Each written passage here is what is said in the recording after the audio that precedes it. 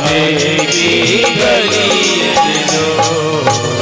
बोली राधा रानी की जय। इस प्रकार भगवान में मन लगाने का ये तरीका श्री सुखदेव जी ने राजा परीक्षित जी को बताया। बोले हे परीक्षित, और भी दूसरा तरीका यही है। तस्मादेकेन मनसः भगवान सात्वतां पति, तस्मात् सर्वात्मना राजन, तस्मात् सर्वात्मना राजन, हरिः सर्वत्र सर्वदा श्रोतव्यः कीर्तितव्यश्च स्मर्तव्यो भगवान् नृणाम् श्रोतव्य कीर्तितव्यश्च स्मर्तव्यो भगवान् नृणाम्। भगवान में मन कैसे लगे वो उपाय बताया, वो सबके लिए। तस्मात् सर्वात्मनः राजन हरिः सर्वत्र सर्वदा, वो भगवान सभी जगह है। यत्र तत्र सर्वत्र, या अथवा बहुरने नैतेन किम ज्ञातेन तवार्जुनः विष्टव्याहमिदं कृष्णम एकांशेन स्थितो जगत। मैं सभी जगह हूँ, लेकिन मैं कैसे मिलता हूँ? बोले प्रभु को प्राप्त करने के लिए। बोले श्रोतव्यः कीर्तितव्यश्च स्मर्तव्यो भगवान नृणाम्। श्रोतव्या, भगवान की कथा सुनो। कीर्तितव्यश्च, भगवान का कीर्तन करो। भगवान की कथा सुनने से आपका मन भगवान में लगेगा, तो मन इधर उधर जाएगा नहीं। भगवान का कीर्तन करने से मन भगवान में लगेगा। स्मर्तव्यो भगवान नृणाम, भगवान का स्मरण करो। स्मरण करने से भगवान मिल जाते हैं, और ध्यान करने से। स्मर्तव्यो भगवान नृणाम। बोले हे परीक्षित, जो ऐसा करते हैं तो क्या होता है? बोले पिबन्ति ये भगवत आत्मनः सताम कथामृतम श्रवणपुटेषु संभृतम। जो इन कानों से श्रवणपुटेषु संभृतम, श्रवणपुट से भगवान की कथा सुनते हैं और श्रद्धा पूर्वक सुनते हैं, तो क्या होता है? बोले पुनन्ति ते विषय विदुषिता स्वयं ब्रजन्ति तच्चरण सरोरुहान्तिकम्। पुनन्ति ते विषय विदुषिताशयम, वो पुनन्ति माने पावन हो जाते हैं विषयों से। और फिर क्या होता है? बोले ब्रजन्ति तच्चरण सरोरुहान्तिकम्। ब्रज धातु गमली गच्छ अर्थ में, जाने अर्थ में। ब्रजंती माने ते, माने वो सब भक्त भगवान की शरण में चले जाते हैं, और फिर उनके जीवन में कभी दुख नहीं आता, कभी कलह नहीं आता।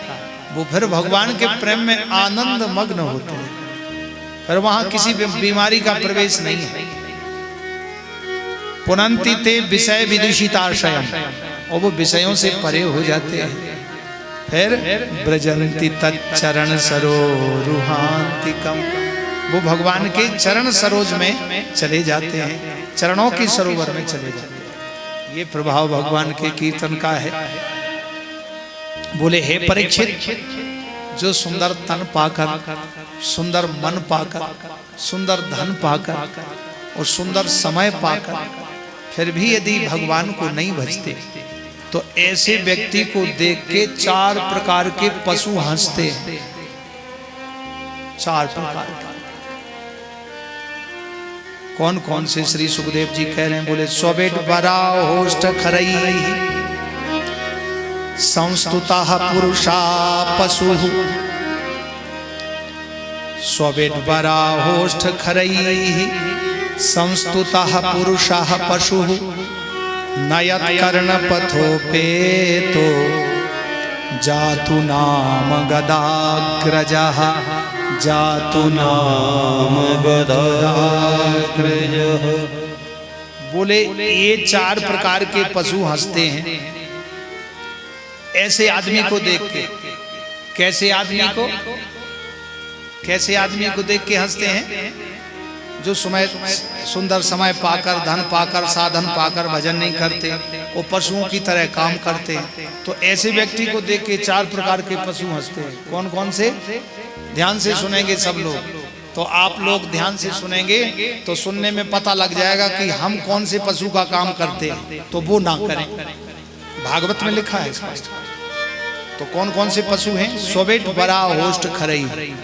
सोबेट कहते हैं कुत्ते को, और बराह कहते हैं सुअर को, और खर माने गधा, और ओष्ट माने ऊंट। ये 4 प्रकार के पशु हंसते हैं। कब? जब इन पशुओं की तरह इंसान भजन छोड़ के, अपनी मानवता छोड़ के, और इन पशुओं की तरह काम करने में उतर जाता है। सबसे पहले कुत्ते का नंबर आया, सोबेट। कुत्ता कब हंसता है? पहले तो ये देखो कि कुत्ता का स्वभाव कैसा है। कितना भी पढ़ा लिखा कुत्ता हो, शैम्पू से नहाता हो, और वेजिटेरियन हो, बहुत कुत्ते वेजिटेरियन होते हैं, और बिल्कुल साफ सुथरा हो रहता हो, अंग्रेजी जानता हो कुत्ता। अंग्रेजी जानते हैं कुत्ते? और जो ही उसने अपना सजाती भाई देखा, सो उसका शैम्पू का नहाना और फलहार वेजिटेरियन सब पीछे, अंग्रेजी भी पीछे, और भौंकना घुर्राना शुरू। और जब तक भौंकता घुर्राता है, जब तक वो उस कुत्ते को अपने सीमा से बाहर नहीं कर दे, एलओसी से बाहर कर दे, तो डीओजी साहब तब दम लेते हैं। ये स्वभाव है कुत्ते का। कुत्ता कुत्ते को देख के भौंकता घुर्राता। तो कुत्ता कब हंसता है? जब हंसता है कुत्ता दर दर पे जाता है घरों में। किस लिए जाता है? उसको क्या जरूरत है? इसलिए जाता है कि मैं भूखा हूँ, इंसान है, ये अपना बची खुची रोटी, कुछ बासी टूटी फूटी रोटी दे देगा, मैं खा लूंगा, मेरा पेट भर जाएगा।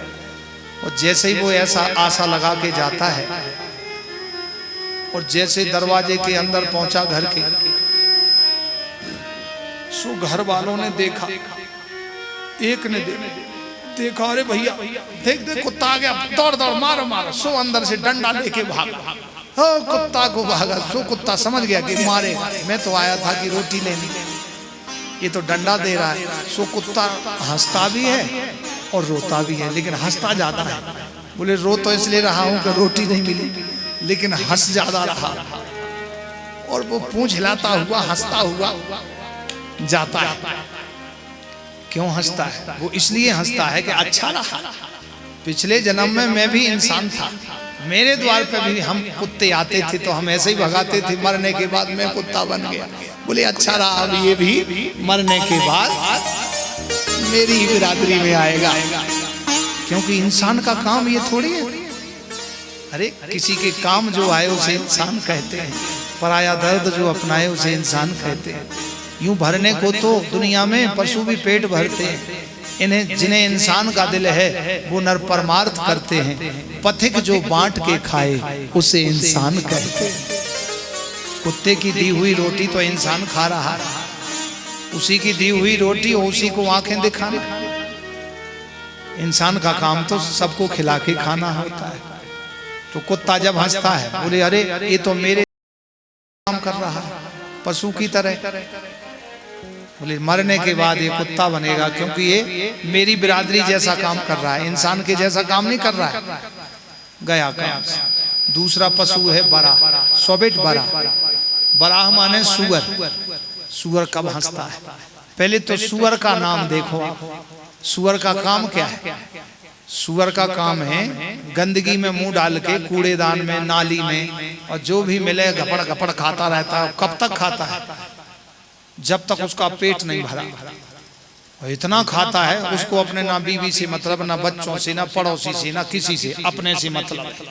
और जो ही सुअर का पेट भरा और चारों पैर सीधे करके सोता है, तान के खर्राटे लगाता है, ना कभी किसी से मतलब।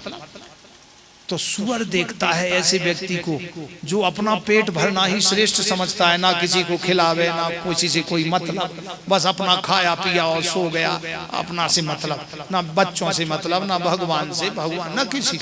सो सुअर ढूंढता है, वो तो ढूंढ लेते ना अपनी कैटेगरी के आदमी को लोग। अरे बोले ये, बोले इसको तो मैं, बोले ये तो अच्छा हुआ, बोले एक तो मिला मेरा साथी। बोले मैं भी पिछले जन्म में इंसान ही था, तो खूब पेट भर के अपने आप को श्रेष्ठ समझता था और खा के सो जाता था, ना किसी से मीठे दो बोल बोले, ना किसी को खिलाया, ना किसी की हेल्प की, और खा पी के मोटा ताजा शरीर लेके मैं सुअर की तरह पड़ा रहता था। मैं मरने के बाद सुअर बना, अब मेरे जैसा ये कर्म कर रहा है तो मरने के बाद ये भी मेरे परिवार में जन्म लेगा। सुअर जब हंसता है। तीसरा ऊंट, तीसरा पशु है ऊंट।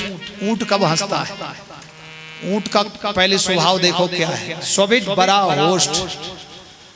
ऊंट चलता है तो ऊपर गर्दन करके चलता है, ऐसे नीचे नहीं देखता। कुआं है, खाई है, नाग है, कांच है, कांटा है। तो ऊंट कब हंसता है? जब ऐसे इंसान को देख के कि वो अपने ही सूखे अभिमान में यूं ही मुंह उठा के चल रहे हैं, ना लेना एक ना देना दो। करने वाला तो दूसरा है। आज विनोद दास जी और हम बैठे थे सुबह ही, तो हमने कहा तुम बहुत सेवा करते हो और सेवा का फल। बोले महाराज जी ये तो आपकी बात ठीक है, लेकिन कन्हैया ने गिरिराज उठाया और गिरिराज उठा के वो ग्वाल वाल लाठी लगाए हुए थे और पसीना दे रहे थे ग्वाल वाल के। वो सोच रहे थे हम ही उठाए हुए। और जोर से मैया यशोदा ने कहा कि भैया रे नेक नेक सहारा दो, मेरो लाला अकेला उठा। बोले हाँ मैया लाला लाला उठा रहा, हम देख रहे हैं पसीना दे गए, हम ये लाठी बल्ली लगाए हुए हैं, हम अपने लाठी डंडा हटा लेंगे, तू दब जाएगी, तेरो लाला दब जाएगा। हाँ हम कर रहे हैं, लेकिन सब करता धरता तो कन्हैया ही थे। तो करने वाला तो वो परमात्मा है। हम वैसे ही अभिमान में ऊंट की तरह मुंह उठाए घूम रहे हैं। तो बहुत अच्छी बात कही थी, हमें बड़ी अच्छी बात लगी। तो जो ऐसे अपने ही अभिमान के हमने ऐसा किया, हम ऐसे हैं, हमारा इतना वो है, हम ये हैं, और हम किसी से राम राम या राधे से हम क्यों करें? हमसे कोई पहले करेगा जब ही हम करेंगे। ना भजन करें, बस मुंह वैसे ही सूखा अभिमान में। तो जो ऐसे ऊंट की तरह मुंह उठाते हैं, ना भजन करें, ना किसी की हेल्प करें, ना कोई धार्मिक काम करें, तो ऐसे व्यक्ति को देख करके ऊंट बड़ा हंसता है। अरे बोले बढ़िया रहा, बोले ये कर्म तो मेरा है चार पैर वाले पशु का। बोले अच्छा रहा, पिछले जन्म में मैं मानव था और इसी के जैसा कर्म करता था। ना मैंने कभी भजन किया, ना किसी तीर्थ में गया, ना किसी को दान किया, ना किसी से मीठे बोल बोले, और अपने सूखे अभिमान में मुंह फुलाए ऊंचे रह के गर्दन उठा के रहता था। मरने के बाद में पशु बन गया, ऊंट बन गया। सो वो बलबल बलबल करता हुआ ऊंट और बड़ा खुश होता है। बोले बहुत अच्छा रहा, बोले ये एक तो मिला ऐसा, मरने के बाद बोले ये भी मेरा ही पोता बनेगा तो अच्छा है, मेरी जात में आ जाएगा। तो ऊंट जब हंसता है। चौथा नंबर आया खरई। खर कहते हैं गधे को। एक तो खर वो जो महाराज जी कल बता रहे थे कि खर को पेरो हैं, सरसों की खल हैं, और कई प्रकार की खल होती है, बिनौला की खल। तो खल सूखी होती है, उसमें रस नहीं रहता। तो एक वो खर और एक ये खर। खर माने गधा। तो ब्रज भाषा में खल को खर कहते हैं। तो खर माने गधा भी होता है। एक दूसरा नाम संतों की भाषा में उनका नाम है बैसाखी नंदन। क्या नाम है? बैसाखी नंदन। कैसे? श्रावण में कभी भी देखना गधा दुबला पतला मिलेगा बिल्कुल। और जो ही बैसाख का महीना आया और जेठ का, जितनी तेज धूप पड़े और जितने दूबा के डंठल सूखे हो जाएं, उतना ही गधा बिल्कुल चक मिलेगा। और श्रावण भादों में क्यों वर्षा खूब होती है तो हरी हरी घास होती है, और सुबह से शाम तक दिन भर चरता है गधा। और चर करके पीछे मुड़ के देखता कितना खाया, तो वो पूरा हरा का हरा दिखता है, तो उसको सदमा बैठ जाता है, टेंशन के, हाय राम दिन भर चरा मैंने कुछ भी नहीं खाया, पूरा हरा का हरा खड़ा। और जो ही जून का महीना आया बैसाख का, तो बैसाख में गरम गरम धूप में दूबा सूख जाती, डंठल बचते हैं, खेत में तो होते नहीं, खेत की मेड़ पे डंठल बचते, सो गधे भैया जाते हैं और वो सूखे डंठल मिट्टी मिलमा खाते जाते हैं। और खा पी करके 1-2 घंटे बाद देखता रहता है गधा, 1-2 घंटे बाद कितना चर लिया, और 1-2 घंटे बाद देखा, बोले हाँ मैदान साफ, अरे बोले आज हमने खाया पूरा। सो बैसाख में गधे बिल्कुल चक्क हो जाते हैं और काम कम रहता है, तो उनका नाम बैसाखी नंदन। और जेठ मास में रेंकते हैं गधा। एक बार वृंदावन अपने आश्रम के सामने वो पार्क है ना, हरी मिलाप पार्क, उसमें 4-6 गधे आ गए, क्यों अब ठलुआ घूम रहे थे, तो 4-6-10 गधे आए और रात के 1 बजे, जून चांदनी रात्रि थी, अब कहीं दुलत्ती मारे और रेंके। अब जैसे ही उनने अपना हॉर्न बजाया तो पूरी कॉलोनी जग के बाहर आ गई। अरे बोले भगाओ भगाओ, तो सब घरों से आश्रमों से निकले, 1-2 आदमी डंडा लेके उनको रगेड़ा, रगड़ते रगड़ते वहां पागल बाबा आश्रम तक करे आए, मथुरा रोड पे। अब वो आराम से बात करते आ रहे थे सब पड़ोसी, बाकी बिहारी कॉलोनी के सब। जब तक वो तो धीरे धीरे आ रहे थे, वो आ नहीं पाए, गधा पहले आ गए। अगले दिन पुलिस को कंप्लेंट करी, क्योंकि वो गधा जहां लपक जाए ना एक बार, वहीं जाता है। पुलिस से कहा रात में गधे सोने नहीं देते हैं, और जरा देखो, तो पुलिस बोले अच्छा ठीक है। तो गधों के मालिकों को ढूंढा, नहीं मिले, अब गधे को कौन पकड़े। फिर पुलिस को फोन किया, 100 नंबर पे डायल, सो पुलिस की जीप आई, सो गधों को रगेड़ा, और गधे आगे आगे, पुलिस की जीप पीछे पीछे। अब उन्हें उजेला मिलता जाए, सो गधे चलते जाए, सो रगड़ते रगड़ते पाला पागल बाबा आश्रम के आगे, वो गीता मंदिर है ना आगे, बिरला मंदिर, वहां तक छोड़े। अब उन्होंने सोचा पुलिस वालों ने कि चलो गश्त दे रहे हैं, तो घूम करके हाईवे से और छठीकरा होके फिर इधर आ जाएंगे चौकी पे, पुलिस चौकी अंग्रेज मंदिर। वो जीप आ नहीं पाई और वो गधे वहीं फिर आ गए, ऐसे गधे। तो उनका नाम है बैसाखी नंदन। तो वो कब हंसते हैं, और गधे का स्वभाव कैसा है, जितना उसमें वजन लाद दिया जाए, पीठ उसकी लचक जाती है, यानी उसके वजन से भी 1.25-1.5 गुना वजन वो ले जाता है। यहाँ तो पहाड़ों पे वही खच्चर काम करते गधे, उन्हीं से जीत होती है। अब वो कब रेंक दें, कब बोल दें, कोई पता नहीं। और वो बोलते कैसे हैं, आप लोगों ने सुना तो होगा, कोई बताएगा कैसे बोलते हैं? हम बता रहे कैसे बोलते हैं, सुनो। अरे ढेंचू ढेंचू नहीं बोलते, वो भगवान को याद करते हैं। वो 3 स्वर में बोलते हैं, ह्रस्व दीर्घ पुलुत। हाँ, गुरुजी बता रहे थे भागवत में पढ़ाते समय इसी प्रसंग पे, वो गुरुजी पूज्य शिवकांत पांडे जी महाराज ने एक्शन करके बताया, वो आपको बताते हैं। बोले वो ढेंचू ढेंचू नहीं बोलते, वो भगवान को याद करते हैं। वो 3 स्वर में बोलते हैं, ह्रस्व दीर्घ पुलुत। ह्रस्व माने थोड़ा कम, और दीर्घ माने खूब तेज आवाज में, और पुलुत माने ना तेज ना कम, बीच की आवाज। तो ऐसे ही बोलते हैं वो लंबी आवाज लगाते हैं। ईश्वर है कि नहीं, है कि नहीं, है कि नहीं, है कि नहीं। दूसरा गधा कहता है, हे ईश्वर तू है कि नहीं, मेरी पीठ लचक गई, टेढ़ी पड़ गई, ये हमारे ऊपर इतना ओवरलोड रख करके, वजन लाद करके, और मेरा जीना मुश्किल कर दिया। हे प्रभु तू है कि नहीं, अब कृपा कर। तो गधा इस भगवान को बुलाता है। तो गधा कब हंसता है, जब हंसता है जब मई जून के महीना के समय बच्चों की छुट्टी होती है। बच्चों की छुट्टियां होती हैं तो लोग कॉलोनी में अपार्टमेंट बने होते हैं, तो अपार्टमेंट में बैठे हुए लोग सब बोले भैया आप जून की छुट्टी हैं, चलो बद्रीनाथ चलेंगे या 4 धाम की यात्रा। बोले क्या पैकेज है? बोले एक आदमी का 12,000 रुपए, और उसमें खाना पीना कुली इंक्लूड, सब कुछ, रहना खाना सब कुछ है। तो गधा सुनता है, गधा सुनता है तो देखता अरे भैया मैं भी ऐसा ही था, कॉलोनी में रहता था और बड़ी बिल्डिंगें थी हमारी, लेकिन मैं नहीं बना पाया तीर्थ की यात्रा।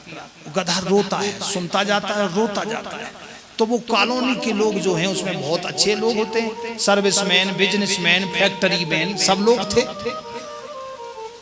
तो गधा सुनता है तो रोता है कि मैं भी इंसान था और बहुत बड़े घर में रहता था, मेरी बड़ी बड़ी फैक्ट्री थी। और ऐसे ये धर्म तीर्थ यात्रा का प्रोग्राम बना करके मैं कई बार जाया करता, लेकिन नहीं जा पाया। लेकिन ये इन धर्मात्माओं का मैं दर्शन कर लूँगा, और ये जा रहे हैं तो दर्शन करूँगा तो थोड़ा पुण्य हमें भी मिल जाएगा, हमारा भी जीवन धन्य हो जाएगा। मैं इंसान था, मैं नहीं कर पाया और जिंदगी भर अपने दुकान, मकान, फैक्ट्री का बोझा ढोता रहा कि मैं चला जाऊंगा तो कौन संभालेगा। और जीवन बीत गया, मरने के बाद में गधा बन गया। तो बहुत रोता है गधा। अब विचार बना तो वहीं बैठे बैठे प्रोग्राम बन गया। बोले भैया 5 आदमी हमारे, बोले लाओ 60,000 उनके, बोले भैया 10 हमारे। एक बड़े फैक्ट्री में जिनकी फैक्ट्री में 600 आदमी काम कर, बोले भैया 20 आदमी हमारे। 2,20,000 40,000 उन्होंने पैसा दे दिया। गधा सब देख रहा है, बोले मैं भी ऐसा ही करता था, लेकिन चलो इन धर्मात्माओं की चरण रज हमें मिल जाएगी, कुछ पुण्य मिलेगा, इस गधे की योनि से बच जाऊंगा। अब वो तारीख रखी गई, फलानी तारीख को जून में जाना। सो वो बस आ गई, बढ़िया स्लीपिंग बस, 2-3 बसें, उसमें लोग जा रहे हैं। कोई अपने बच्चे का हाथ पकड़े जा रहा, कोई अपने नाश्ता का थैला लिए जा रहा, कोई बोरी बिस्तर लेके जा रहा, कोई राशन पानी रखवा रहा है, हाँ, कोई जो है बढ़िया सिलेंडर, चूल्हा और बिछाने की सारी व्यवस्था, हमारे विनोद दास जी जैसे सब अपने व्यवस्था करवा रहे हैं। तो गधा देख के बड़ा रो भी रहा है और हंस भी रहा है कि चलो इन धर्मात्मा का दर्शन करूंगा तो खुशी हो रही है। और रो इसलिए रहा कि मैं मानव था, मैंने अपना मानव जीवन व्यर्थ गमा दिया। अब वो लोग गए, तो जिसने 20 आदमी के पैसे दिए थे वो लौट करके आया भाग करके। बोले भैया सुनो, जो जिसने मैनेजमेंट किया था, बोले सुनो, ये 20 आदमी की टिकट का पैसा और 20 आदमी आप हमारी तरफ से ले जाओ। दान में किया लेकिन मैं नहीं जा सकता, प्लीज सॉरी। क्यों? अरे भैया तुम्हारे बिना काम कैसे चलेगा, मैं तो तुम ही हो। बोले नहीं नहीं, क्षमा चाहेंगे, अगली साल चलूंगा। यदि मैं चला गया तो मेरे 12 लाख रुपए का नुकसान हो जाएगा। मेरा सुपरवाइजर भी चला गया, मैनेजर भी चला गया, बेटा स्कूल गया है, छोटा बेटा वहाँ संभाल नहीं पाएगा, इसलिए मैं अगली साल पक्का चलूंगा। सो गधा देखता है, बोले अरे बहुत बढ़िया। सो बड़ा खुश होता है और रेंकता हुआ, दुलत्ती मारता हुआ बहुत खुश होता है। बोले चलो एक तो मेरी कैटेगरी का हुआ, मैं भी ऐसा ही था, मैंने भी ऐसा ही जीवन भर किया, लेकिन मैं नहीं कर पाया। गधे ऐसे ही बंधन में बंधा रहा, जीवन भर बोझा ढोता रहा और मरने के बाद में गधा बन गया। बोले ये भी अब मेरे परिवार में आने वाला। तो गधा जब हंसता है, इसलिए 4 प्रकार के पशु, 4 प्रकार के व्यक्तियों के कर्म को देख के हंसते हैं। इसलिए जिसने सुंदर समय पाया, सुंदर स्वस्थ तन पाया, धन पाया, किसी को धन मिलता है तो स्वस्थ नहीं मिलता, स्वस्थ मिलता है तो धन नहीं मिलता। और धन भी मिल गया, भगवान ने दिया, स्वस्थ भी दिया और समय भी दिया। तो बोले तीनों प्राप्त करके और फिर भी यदि भजन ना करे तो ऐसे व्यक्ति को देख के 4 प्रकार के पशु हंसते हैं। बोलो वृंदावन बिहारी लाल की जय। इसलिए भगवान के श्री चरणों में यही प्रार्थना हो, हे नाथ ऐसी कृपा करो नाथ मेरे, हर जन्म में रहूं साथ तेरे। चाहे कहीं भी रहें, हर जन्म में रहें, तुम्हारे साथ रहें, बस ये मेरी प्रार्थना है। बोलो वृंदावन बिहारी। मुझे दर्शन दे गिरधारी रे, सांवरी सूरतिया पे मैं बारी रे। भगवान श्री गिरधर के चरणों में वंदन किया। बारी रे तेरी सांवरी सूरतिया पे बारी रे, मुझे दर्शन गिरधारी रे, बनवारी रे।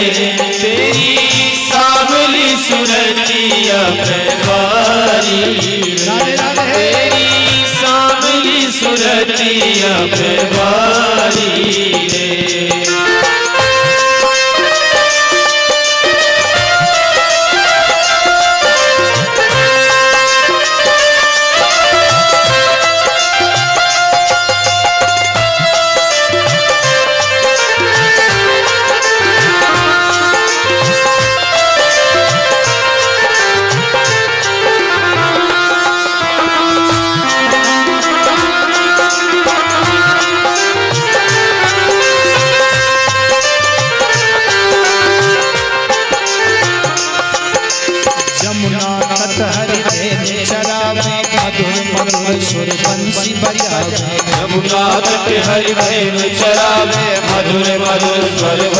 बजावे धेनु चरावे मधुर मधुर स्वर बंसी बजावे कान्हे कमरिया कारी रे तेरी सांवली सुरतिया में बारी रे मुझे दर्शन गिरधारी रे बनवारी रे तेरी सांवली सुरतिया में बारी रे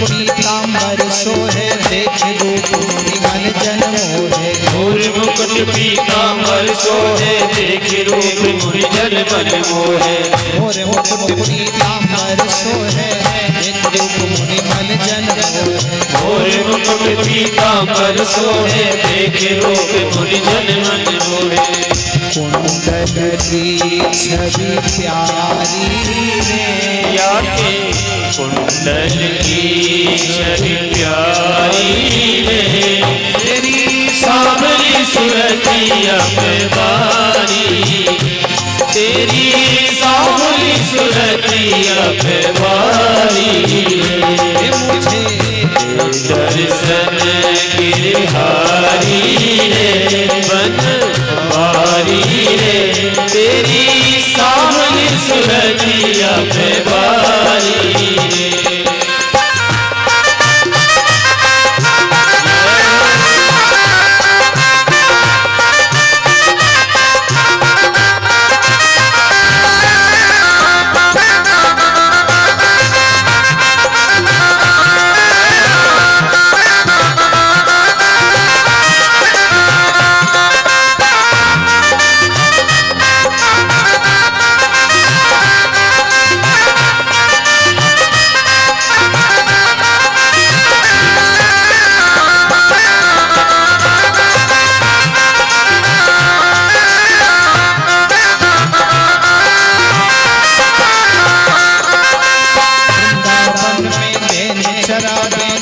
गोपिका सब मिल गावे वृंदावन में धेनु चरावे गोपी गोपिका सब मिल गावे वृंदावन में धेनु चरावे गोपिका सब मिल गावे वृंदावन में धेनु चरावे गोपी गोपिका सब मिल गावे नूपुर की धुनी प्यारी रे नूपुर की धुन प्यारी रे सांवली सुरतिया में बारी तेरी सांवली सुरतिया में बारी मुझे दे दर्शन गिरधारी रे बनवारी रे तेरी सांवली सुरतिया में बारी तेरी सांवली सुरतिया में बारी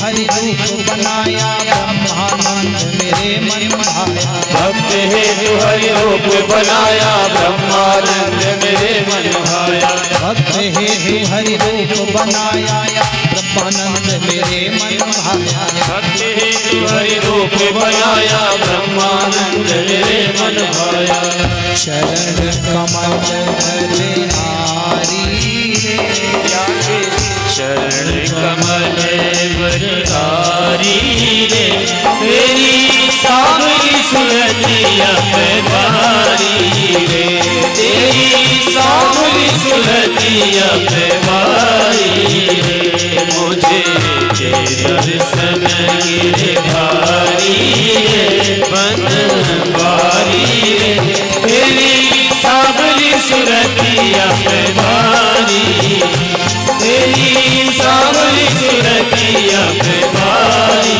रे, तेरी सांवली सुरतिया पे भारी रे।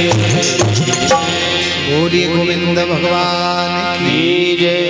जय जय श्री राधे। भक्त हेतु हरि रूप बनाया, ब्रह्मानंद मेरे मन भाया, चरण कमल बलहारी रे, सांवरी सूरतिया पे में भाया। इसलिए इन चार प्रकार के पशुओं का काम छोड़ के इंसान का काम हमें करना है, क्यों हम साधक हैं भगवान के। और भगवान कहते हैं, श्री पथिक जी हुए बड़े अच्छे कवि और बड़े अच्छे संत हुए। किसी के काम जो आए उसे इंसान कहते हैं, पराया दर्द जो अपनाए उसे इंसान कहते हैं। कभी गलती रुलाती है, कभी राहें दिखाती हैं, मनुष्य गलती का पुतला है, अक्सर ये हो ही जाती है। जो गलती करके पछताए उसे इंसान कहते हैं। पूज्य गुरु महाराज जी इस भजन को गाया करते थे। कभी इंसान निर्धन है, कभी धनवान कितना है, कभी सुख है कभी दुख है, इसी का नाम जीवन है। जो गिर करके संभल जाए उसे इंसान कहते हैं।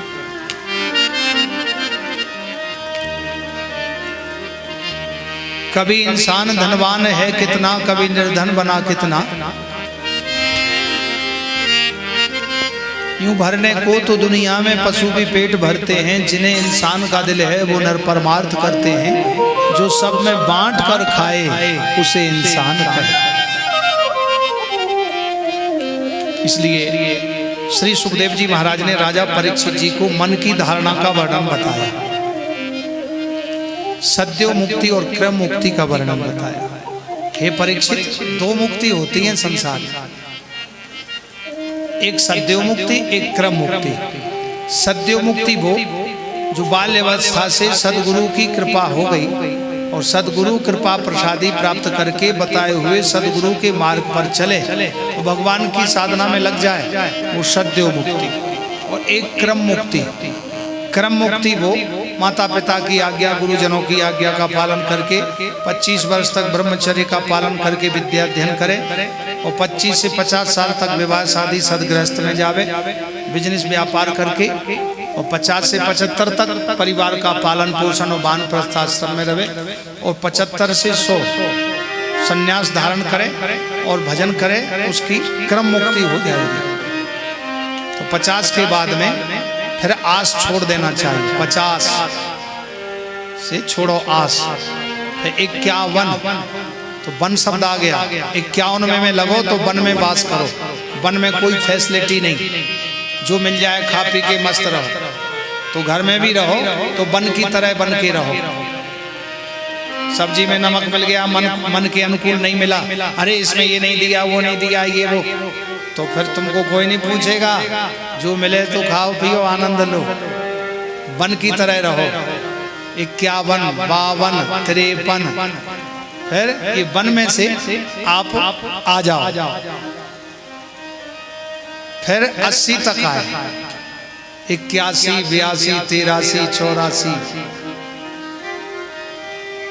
हैं। फिर जो है 84 के फेरे पड़ते, सी करते, तो फिर 100 तक होते। इसलिए 50 साल तक सदगृहस्थ में रहने के बाद 51 से लेकर